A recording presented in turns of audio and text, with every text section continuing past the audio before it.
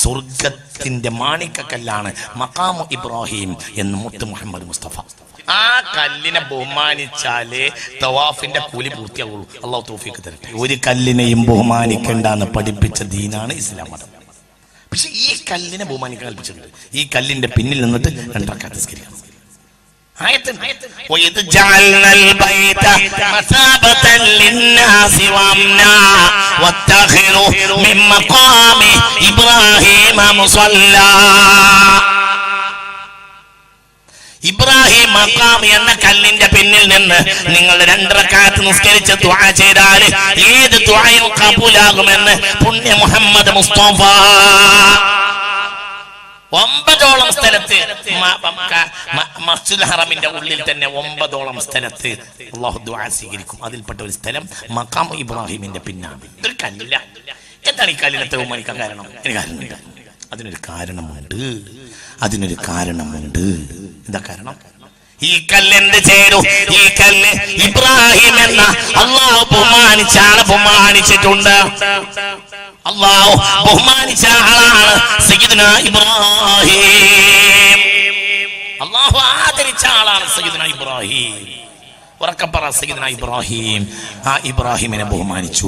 നിങ്ങൾ ചിന്തിക്കുക, ഇബ്രാഹിമിനെ ബഹുമാനിച്ചു ആര്? കല്ല്.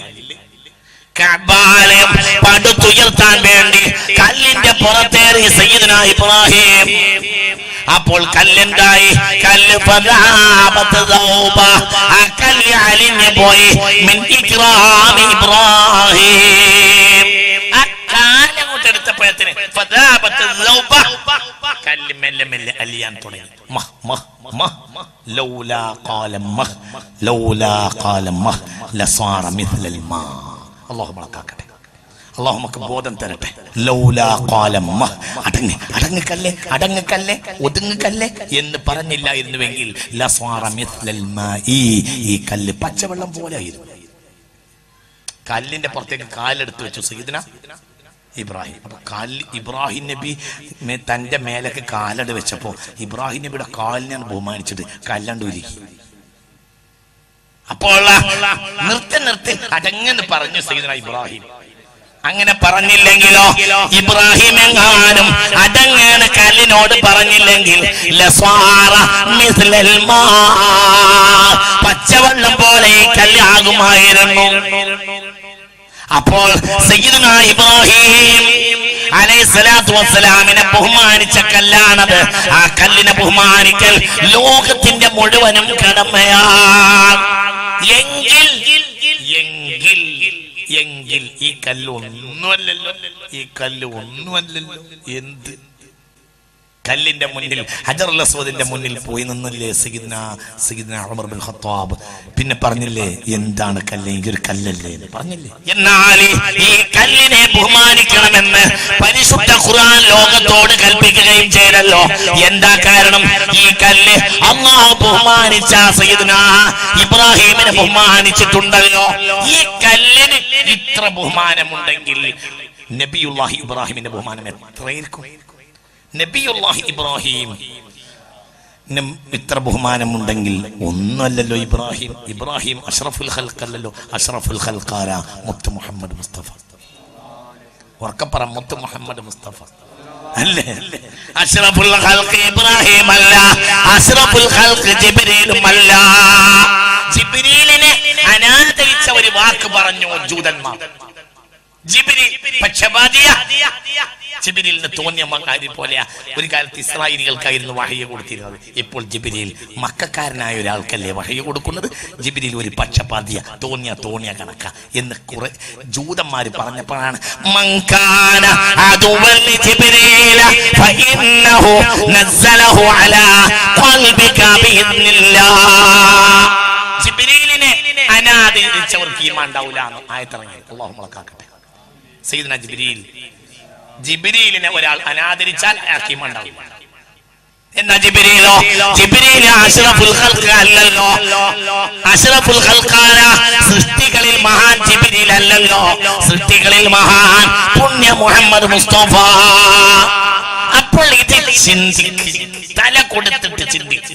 എന്തിനാണ് എന്തിനാണ് ഈ കല്ലിന്റെ കഥ പറഞ്ഞത്? എന്തിനാണ് ഞാൻ ഈ സുജൂദിന്റെ കഥ പറഞ്ഞത്? എന്തിനാ നായയുടെ കഥ പറഞ്ഞത്? വളരെ വളരെ ചിന്തിക്കണം മുഅ്മിനീങ്ങളെ, ചിന്തിക്കണം. അല്ലാഹുവിന്റെ ഹബീബിന്റെ സ്ഥാനം എത്രയാണ് ലോകത്തിന്റെ നാനാഭാഗത്തും. വളരെ ചിന്തിക്കണം. അല്ലാഹു സുബ്ഹാനഹു വ തആല ഒരിക്കൽ ബഹുമാനിച്ച കല്ലിന്റെ മഹത്വം ഞങ്ങൾ കണ്ടു. ഒരിക്കൽ ബഹുമാനിച്ച ചെടിയുടെ മഹത്വം ഖുർആൻ പറഞ്ഞിട്ടുണ്ടല്ലോ.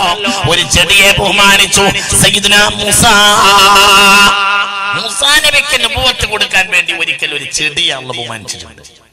هل أتاك حديث موسى إذ ناداه ربه بالوادي المقدس طوى. ഈ സംഭവം BC 1265 അനുമാനിക്കപ്പെടുന്നു. BC 1265 ഒരു ചെടിയിലേക്ക് അള്ളാഹുവിന്റെ നൂറ് തജല്ലി വന്നു. എവിടെ? സെന്റ് കാത്തറീൻ എന്നൊരു പട്ടണമുണ്ട്. സെന്റ് കാത്തറീൻ എന്നൊരു പട്ടണമുണ്ട് സിനായ് മരുഭൂമിയിൽ. സിനായ് മരുഭൂമിയുടെ ഏകദേശം മധ്യത്തിലാണ് സെന്റ് കാത്തറീൻ പട്ടണം. സെന്റ് കാത്തറീൻ പട്ടണത്തിൽ നിന്ന് 2 കുന്ന് അപ്പുറത്തേക്ക് കയറിയാൽ അവിടെ ഒരു ചെടിയുണ്ട്. ഈ ചെടിയെ അള്ളാഹ് ബഹുമാനിച്ചിട്ടുണ്ട്. ഇന്നും അതങ്ങനെ നിലനിൽക്കുന്നുണ്ട്. ഈ ചെടിയെ ലോകം മുഴുവനും കാണാൻ വേണ്ടി വരാറുണ്ട്. ഈ ചെടിയെ കാണാൻ വേണ്ടി ഇന്നും ലോകം വരുന്നു. ആ ചെടിയെ ഇന്നും അല്ലാഹു ബഹുമാനിച്ചിട്ടുണ്ട്. അതിപ്പോഴും അങ്ങനെ തന്നെ. എത്ര കൊല്ലായി?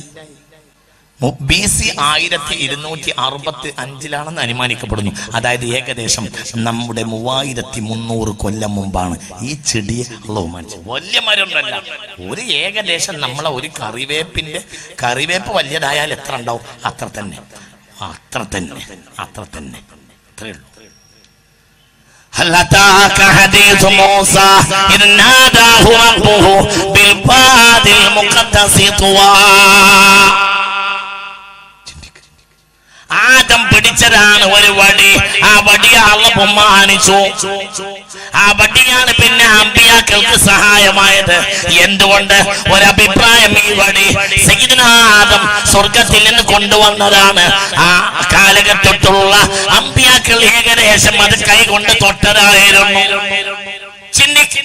അങ്ങനെയാണ് ശുഐബിന്റെ വീട്ടിൽ ഈ വടി എത്തിയിട്ടുള്ളത്. നബിയുല്ലാഹി ശുഐബ് അലൈഹിസ്സലാം അവിടേക്ക് പിന്നെ മരുമകനായി വന്നു സയ്യിദുനാ മൂസ.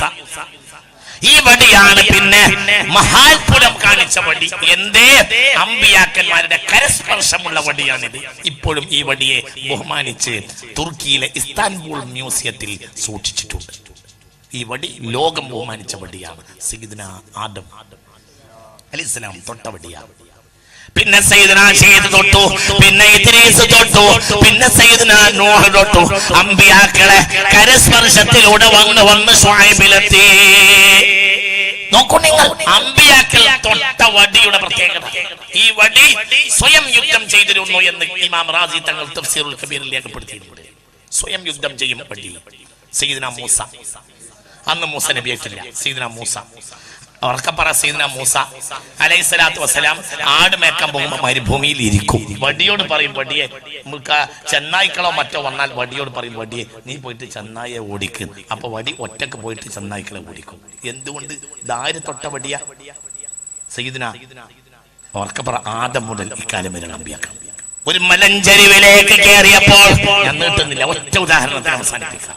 ഈ നിസ്സാര വസ്തുക്കൾക്ക് പോലും അല്ലാഹ് കൊടുത്ത ബഹുമാനം ഇതാണെങ്കിൽ അഷ്റഫുൽ ഖൽഖിന്റെ ബഹുമാനം എത്രയായിരിക്കും? മുത്ത് മുഹമ്മദ് മുസ്തഫ.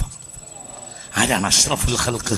ലൗലാഹു ലം തുഖ്റജ് ദുനിയാ മിനൽ അദമി.